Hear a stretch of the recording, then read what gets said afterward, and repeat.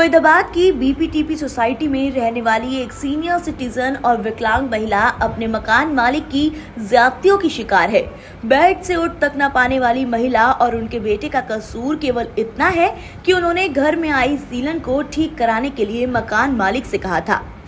आपकी स्क्रीन पर दिखाई दे रही है महिला फरीदाबाद के सेक्टर 76 बीपीटीपी पार्क फ्लोर पर किराए पर रहती है और इनका नाम शबनम खुराना है। उनकी शिकायत है कि करीब 3 महीने पहले इन्होंने बीपीटीपी में रियल एस्टेट एजेंट की मदद से किराए पर एक मकान लिया, जिसमें शिफ्ट होने के कुछ ही दिन बाद सीलन आ गई और उसकी वजह से फंगस बढ़ने लगा। जब इसकी शिकायत मकान मालिक से की गई तो उसने पहले तो ये कह दिया कि हाँ, इसे जल्द से ठीक करा दिया जाएगा, लेकिन कभी कराया नहीं। उसके बाद जब इन्होंने दोबारा शिकायत की तो इनका आरोप है कि कभी खुद को मकान मालिक तो कभी मकान मालिक का पता बताकर कोई शख्स 10 से 15 लोगों को लेकर आ जाता है और उनके साथ जोर जबरदस्ती करते हैं। इनकी शिकायत उन्होंने 3 बार पुलिस थाने में भी की है। महिला का आरोप है कि यहाँ की रेजिडेंट वेलफेयर एसोसिएशन ने भी मकान मालिक की ज्यादतियों में उनका साथ दिया। महिला का कहना है कि उनके घर में सिर्फ वो 2 माँ बेटे ही रहते हैं, जिसमें दोनों ही डायबिटीज से पीड़ित हैं। RWA ने ये जानते हुए भी स्विगी या जोमेटो से बाहर से आने वाला उनका खाना तक बंद करवा दिया। बाद में पुलिस के हस्तक्षेप के बाद उनका खाना शुरू हुआ। फिलहाल महिला की गुहार है कि उनकी अभी 9 महीने का एग्रीमेंट बाकी है, लिहाजा उन्हें यहाँ रहने से रोका ना जाए और मकान की रिपेयरिंग कराई जाए, क्योंकि उन्हें अंदेशा है कि कहीं गुड़गांव की तरह का कोई हादसा उनके साथ ना हो जाए।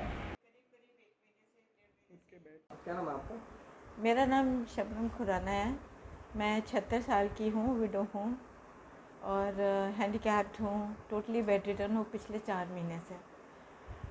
बेड रिटर्न भी इस तरह के मेरे टांगे बिल्कुल सीज हो गई हैं। मैं टट्टी पेशाब भी, मैं अपना काम भी कुछ नहीं कर सकती हूँ, सब बेड पे ही। और मेरी सपोर्ट के लिए मेरा बेटा है और मैं हूँ, बस उसकी फैमिली नहीं है। हम घर में सिर्फ 2 ही जन रहते हैं। दिक्कत तो हम यहाँ पे 2-2.5 महीने हुए आए हुए, खाली ये फरीदाबाद इस बीपीटीपी कॉलोनी में सेक्टर 76 में है ये फ्लैट जो हमने लिया। लेकिन 2-2.5 महीने पहले लिया हमने और समझिए कि होली से कुछ दिन पहले इस घर में बहुत ज़्यादा सीलन आ गई है। सीलन आ गई तो उसमें इतना सीलन आ गई कि फंगस आ गया और कपड़ों में भी, अलमारियों में, सब में फंगस आने लगा। तो हमने जो यहाँ का जो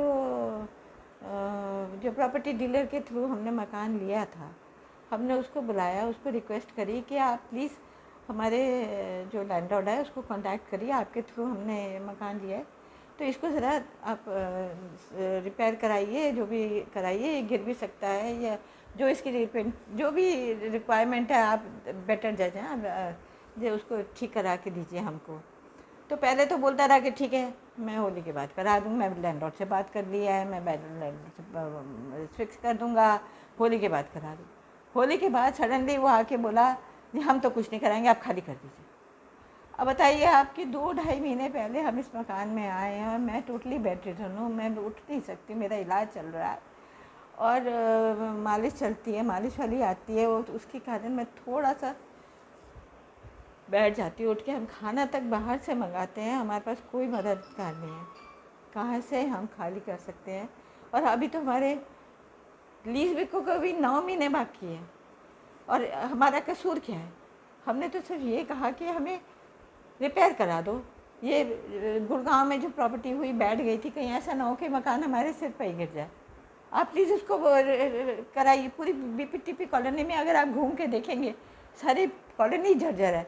टीवी में भी इनमें कई दफ़ा मैंने देखा, इनकी न्यूज़ में भी आया है कि कॉलोनी बहुत जर्जर है, इनका बीपीटीपी वालों के साथ कुछ चल रहा है वो। तो हमने अपने लैंडलॉर्ड से कह दिया हमें बाहर का मतलब नहीं, आप प्लीज़ अंदर का तो करा दो, कि छत हमारे ऊपर गिर गई तो और परेशानी हो जाएगी। अब उसके बदले उसने पहले तो क्या किया, यहाँ के रेजिडेंट वेलफेयर एसोसिएशन को साथ में लेके यहाँ पे कुछ गुंडे को ले आया और मेरे बेटे को, उनको पता है कि मैं तो बेड से उठ नहीं सकती हूँ, तो उसको घसीट के बाहर ले जाके मारा पीटी करने की कोशिश करी। अब बहुत मुश्किल से मैंने इसको कहा कि बेटा मुझे छोड़ के मत जाना, क्योंकि मैं तो बिल्कुल आप पे डिपेंडेंट हूँ। आप बिल्कुल बाहर बाहर मत निकलना। किसी तरह दरवाज़ा हमने बंद किया और उनको भेज दिया, पुलिस को बुलाया। किसी तरह पुलिस ने कहा अच्छा ठीक है, लेकिन रेजिडेंट वेलफेयर एसोसिएशन ने गेट पे इंस्ट्रक्शन दे के, हमारा खाना बाहर से आता था, स्विगी वालों से हमारा खाना आता था, उन्होंने खाना बंद करवा दिया। पूरी रात हम लोग बिना खाए इंसुलिन लेके बैठे थे, लेकिन हम खाना नहीं खा पाए क्योंकि हमारे पास खाना नहीं था। फिर हमने, यहाँ कोई नेहा इंस्पेक्टर हैं इस एरिया की, उनको फ़ोन किया। रात को 1 बजे तक मैं उनको रिक्वेस्ट करती रही, नेहा मैडम आप कहीं से हमें खाना अरेंज कर दीजिए क्योंकि हमने इंसुलिन ली हुई है दोनों। उन्होंने कहा आप ऐसा करिए, चीनी खा लीजिए, सुबह देखेंगे। चीनी खा के हम दोनों सो गए कैसे तैसे करके। ब्रेड खा लीजिए, कुछ भी खा लीजिए। सुबह हमने ब्रेड खा के कैसे भी कहीं से अरेंज करा और हमने करा। खैर 8-10 दिन बीते। उसके बाद फिर वही हुआ, उन्होंने एक आदमी को भेज दिया जो कहता है अपने आप को लैंडलॉर्ड का फादर, उसने अपने आप को बताया। फिर वो 10-15 आदमियों को लेके आ गया और वही प्रोसेस उसने किया। दरवाज़ा बेल बजाते हैं तो उनको दरवाज़ा खोल दिया, अंदर घुस के मारा, खींचने की कोशिश करते हैं। उनका एक ही अटेम्प्ट रहता है कि मेरे बेटे को खींचे, उसको मारे, उसको मार पीट के किसी तरह जोर जबरदस्ती से मकान खाली कराए। और मैं इसके सामने खड़ी हो गई, इसको पकड़ के एक ये अपना जो मेरा वॉकर है इसको बीच में रख दिया कि तू इधर नहीं आएगा, और उस आदमी को रोकने के लिए वो कहता है नहीं ये तो मुझे मारने की कोशिश कर रहा है, इसके हाथ में छुरी है। अरे छुरी कहाँ है भाई, वो तो चम्मच से फ्रिज को साफ़ कर रहा है, चम्मच उसके हाथ में है जिससे फ्रिज को साफ़ कर रहा है, वो तू छुरी बता, तेरे हाथ में छुरी है, ये पता नहीं तू क्या लेके आया जिससे तू मारने के लिए, घसीटने के लिए क्यों तैयार है तू क्यों। हमने उसको लाख कहा, हमने कहा देखिए आप जरा शांति रखिए, हम पुलिस को बुलाते हैं, पुलिस के सामने बात करेंगे। जो नहीं, पुलिस नहीं आएगी, आप बताइए, मैं देखता हूँ कैसे नहीं खाली करते तुम, तू आता है कि नहीं, बाहर आता है कि नहीं। बुलाया, इसने डीसीपी, इसने नंबर घुमाया कमिश्नर साहब का, बाई चांस लग गया।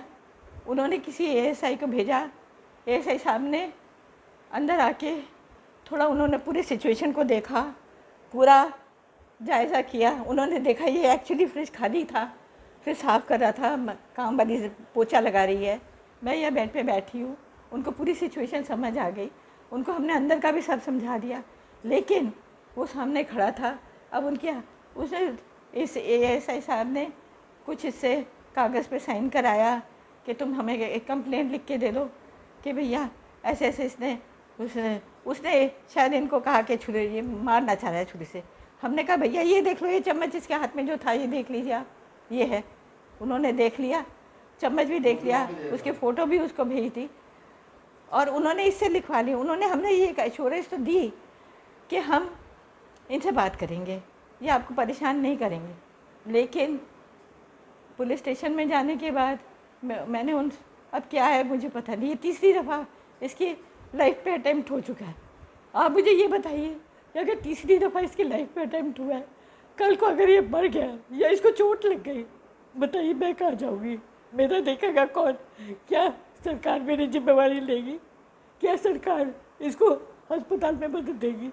क्या सरकार मेरे को कोई अटेंडेंट देगी जो मेरे को मेरे डेली कोर्स काम कराएगा, या मेरी बाकी ज़िंदगी कितनी है मुझे नहीं पता।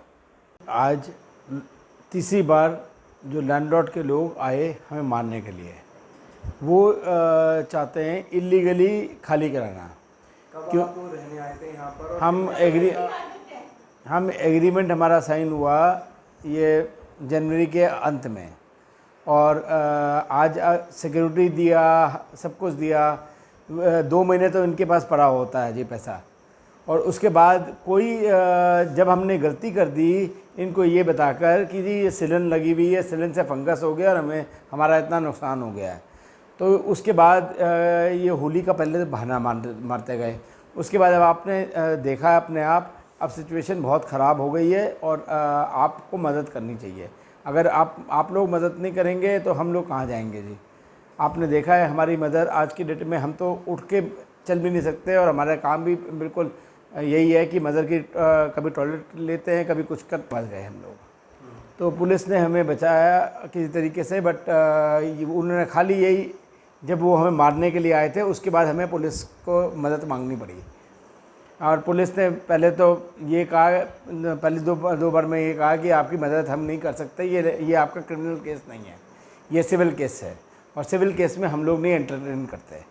तो वो आज वो चाकू लेके आया था लैंडलॉर्ड वाला हमें मारने के लिए, वो उकसा रहा था क्योंकि उसको यहाँ के साथ वालों ने या किसी ने बीपीटीपी के किसी आदमी ने मिली भगत है जिसने बताया कि जी हम आज फ्रिज साफ़ करने वाले हैं और आपको मैंने व्हाट्सअप किया है, वो क्या कोई स्पून है या क्या चीज़ है, हम तो बर्फ़ साफ़ कर रहे थे अपने, उसकी वजह से हमें उसने कह दिया कि जी इससे उसकी मौत हो सकती है।